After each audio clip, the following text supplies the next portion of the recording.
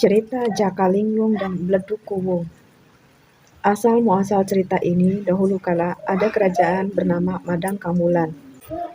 Kerajaan Madang Kawulan ini dipimpin oleh seorang raja raksasa yang sangat kejam. Raja raksasa ini bernama Prabu Dewata Cengkar. Prabu Dewata Cengkar memiliki hobi memakan daging manusia. Aji Saka berasal dari India. Ia merantau ke tanah Jawa dan tinggal di desa Madang Kawit. Aji Saka meminta kepada patih dari Dewata Cengkar untuk dibawa menghadap Prabu Dewata Cengkar dan dijadikan korban untuk dimakan oleh Prabu Dewata Cengkar. Akan tetapi, sesampainya di hadapan Prabu Dewata Cengkar, Aji Saka meminta kepada Dewata Cengkar sebagai syarat sebelum ia mati. Aji Saka meminta sebidang tanah seluas sorban yang dipakai oleh Aji Saka. Dan Aji Saka meminta kepada Dewata Cengkar untuk menggelar sorban yang ia pakai. Dan seketika itu, karena merasa bahwasanya sorban yang dikenakan itu sangat kecil, maka Prabu Dewata Cengkar pun menurutinya. Dan seketika itu, Prabu Dewata Cengkar menggelar sorban yang dikenakan oleh Aji Saka. Akan tetapi ternyata sorban itu sangatlah lebar dan panjang, sehingga ketika menggelar sorban tersebut, Prabu Dewata Cengkar terus mundur-mundur hingga akhirnya sampai ke Laut Selatan. Dan alhasil tubuh Prabu Dewata Cengkar itu tercebur ke dalam Laut Selatan. Prabu Dewata Cengkar ini ternyata tidak bisa berenang dan dia tidak bisa naik lagi ke atas ke tanah ya, dan dia terus tenggelam. Dan ternyata Dewata Cengkar ini tidak mati ya, dan ia justru berubah menjadi seekor bajul putih. Dan bajul putih itu terus memangsa manusia yang bernelayan di laut itu. Jadi kalau ada orang lewat atau ada siapapun, itu langsung dimakan oleh bajul putih ini. Suatu hari Aji Saka melakukan kunjungan ke desa-desa ya. Saat itu Aji Saka sudah terpilih menjadi raja menggantikan Prabu Dewata Cengkar dan memimpin Padang Kawulan. Dan akhirnya Aji Saka ini melakukan kunjungan ke desa-desa dan hinggalah pada suatu sore ia singgah di sebuah desa. Dan Prabu Aji Saka ini kemudian makan dan minum di sebuah rumah kepala desa. Dan malam harinya ia merasa ingin buang air kecil dan ia meminta kepada penghuni dari rumah itu untuk menunjukkan tempat di mana ia harus buang air kecil. Dan Dyah Ayu Lasmi sebagai anak kepala desa kemudian menunjukkan arah. Esok harinya Dyah Ayu Lasmi bermaksud ingin mencuci beras ke tempat pemandian di mana tadi malam sang Prabu habis buang hajat ya. Dan Dyah Ayu Lasmi melihat seekor ayam jantan meminum air dari hajat sang Prabu, dan Dyah Ayu Lasmi tidak memperdulikannya. Keesokan harinya saat Dyah Ayu Lasmi hendak mengambil padi di lumbung, ia mendapati ayamnya tengah bertelur di lumbung itu. Dan Dyah Ayu Lasmi merasa keheranan kenapa ayam jantan bisa bertelur. Dan ia pun ingin melihat hasil dari telurnya itu akan menjadi apa. Dan Dyah Ayu Lasmi kemudian meletakkan telur itu di antara padi-padi yang bertumpuk. Setelah beberapa bulan kemudian, Dyah Ayu Lasmi melihat ada seekor ular di lumbung padi dan ia mendapati telurnya telah pecah dan kemungkinan besar ular itu berasal dari telur. Jadi telurnya telah menetas dan berubah bentuk menjadi seekor ular naga yang besar.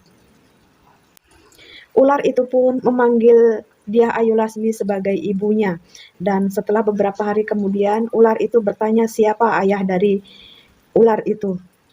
Ayah dia begitu ya. Dan Dyah Ayu Lasmi kemudian mengatakan bahwasanya ia adalah anak dari seorang raja bernama Aji Saka. Dikarenakan Dyah Ayu Lasmi mengetahui ayam jantan itu telah meminum air seni dari Prabu Aji Saka. Ular itu pun mendatangi istana dari Aji Saka dan ia pun langsung mengakui bahwasanya ia adalah anak dari Aji Saka. Aji Saka tentunya tidak mau mengakui bahwasanya anaknya adalah ular dan dia mau mengakui bahwasanya ular itu adalah anaknya jika anaknya itu berhasil membunuh Bajul Putih, yaitu jelmaan dari Prabu Dewata Cengkar di Laut Selatan. Dan Prabu Ajisaka meminta kepada ular itu untuk lewatnya itu melalui perut bumi, yaitu melalui bawah tanah. Dan setelah sampai di Laut Selatan, ular itu pun berhasil membunuh Dewata Cengkar, yaitu yang merupakan Bajul Putih. Sesuai permintaan Ajisaka, maka ular ini kemudian berjalan pulang melalui bawah tanah. Tentu saja ia melewati tepian dari Laut Selatan tersebut. Dan ular naga itu kemudian menerobos melalui bawah tanah dan ia merasa kelelahan di bawah tanah, kemudian menyembul ke dasar dari bumi, jadi ke atas bumi ya. Dia itu menyembul dari bawah itu ke atas. Dan air yang berada di Laut Selatan itu mengikuti perjalanan dari ular tersebut, sehingga sewaktu ular itu keluar ke permukaan tanah, maka air pun mengikuti. Dan itu terjadi di desa Kuwu ya, sekarang ini di Pulau Jawa. Dan setelah itu kemudian Jakalinglung ini kembali masuk ke dalam tanah dan ia terus mencari di mana rumah dari Ajisaka, jadi istana Ajisaka yang sebelumnya ia tinggali. Dan ternyata Jakalinglung ini, yaitu ular itu, hanya berputar-putar saja di kawasan yang tadi, jadi di daerah Kuwu itu. Ular naga itu kemudian menyembul lagi dan akhirnya menghasilkan beberapa titik aliran air dari Laut Selatan itu berada di permukaan tanah, yaitu di daerah Kuwu. Jadi daerah Kuwu itu terdapat ada beberapa letupan air, itu letupannya sama persis seperti letupan ombak yang berada di laut ya. Dan rasa dari air itu pun asin sama persis seperti air laut. Dan sampai sekarang air dari letupan Bledug Kuwu itu dijadikan garam, yaitu garam bleng, dikarenakan memang suara dari letupan Kuwu itu berbunyi bleng, sehingga orang menyebutnya dengan sebutan uyah bleng, yaitu uyah dari Bledug Kuwu tersebut. Karena bingungnya, ular itu tidak bisa menemukan istana Ajisaka. Dia hanya berputar-putar di situ. Dan sejak itulah kemudian ular itu diberi nama, yaitu Jakalinglung, yang artinya seorang pemuda yang bingung, jadi tidak bisa menemukan rumahnya, tidak bisa menemukan istana dari Ajisaka. Setelah sangat lelah, akhirnya Jakalinglung ini kemudian beristirahat, dan karena sangat lelah ia pun tertidur. Namun dalam tidurnya itu mulutnya terbuka. Jakalinglung tidur tidak bangun-bangun ya, dengan posisi mulut terbuka. Suatu hari ada 9 orang anak sedang main di hutan itu ya. Ya, melihat fenomena beleduk yang baru saja ada begitu ya. Jadi sebelumnya kan belum ada. Dan kemudian terjadi hujan gerimis dan 8 anak itu berteduh yang melihat ada gua, kemudian berteduh di dalam gua tersebut. Dan untuk satu anak yang ke-9 itu tidak diizinkan untuk ikut berteduh dikarenakan dia berpenyakitan, yaitu memiliki sakit kudis ya. Dan tiba-tiba saja ada petir yang cukup besar ya. Kemudian Jakalinglung yang dikiranya adalah gua itu mulutnya terkatup karena terkejut mendengar suara petir yang besar, dan otomatis ke-8 anak itu tertelan oleh Jakalinglung. Dan setelah itu Jakalinglung tidak bisa pergi dari tempat itu, ia tertanam di situ selamanya.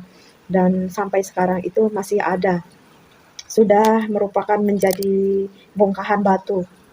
Dan anak yang ke-9 itu kemudian lari terbirit-birit pulang dan berkata kepada semua orang, sehingga goa yang jelmaan dari Jakalinglung itu disebut dengan Goa Kesongo, yaitu Goa Kesanga atau Goa ke-9.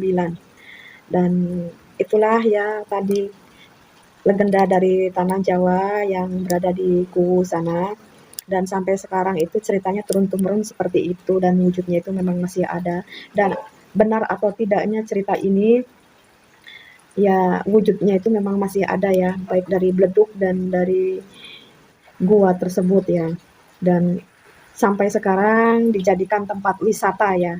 Banyak sekali orang-orang yang berdatangan ke sana, terutama setiap hari raya Idul Fitri. Sekian ceritanya dari saya. Mohon maaf jika terdapat kesalahan.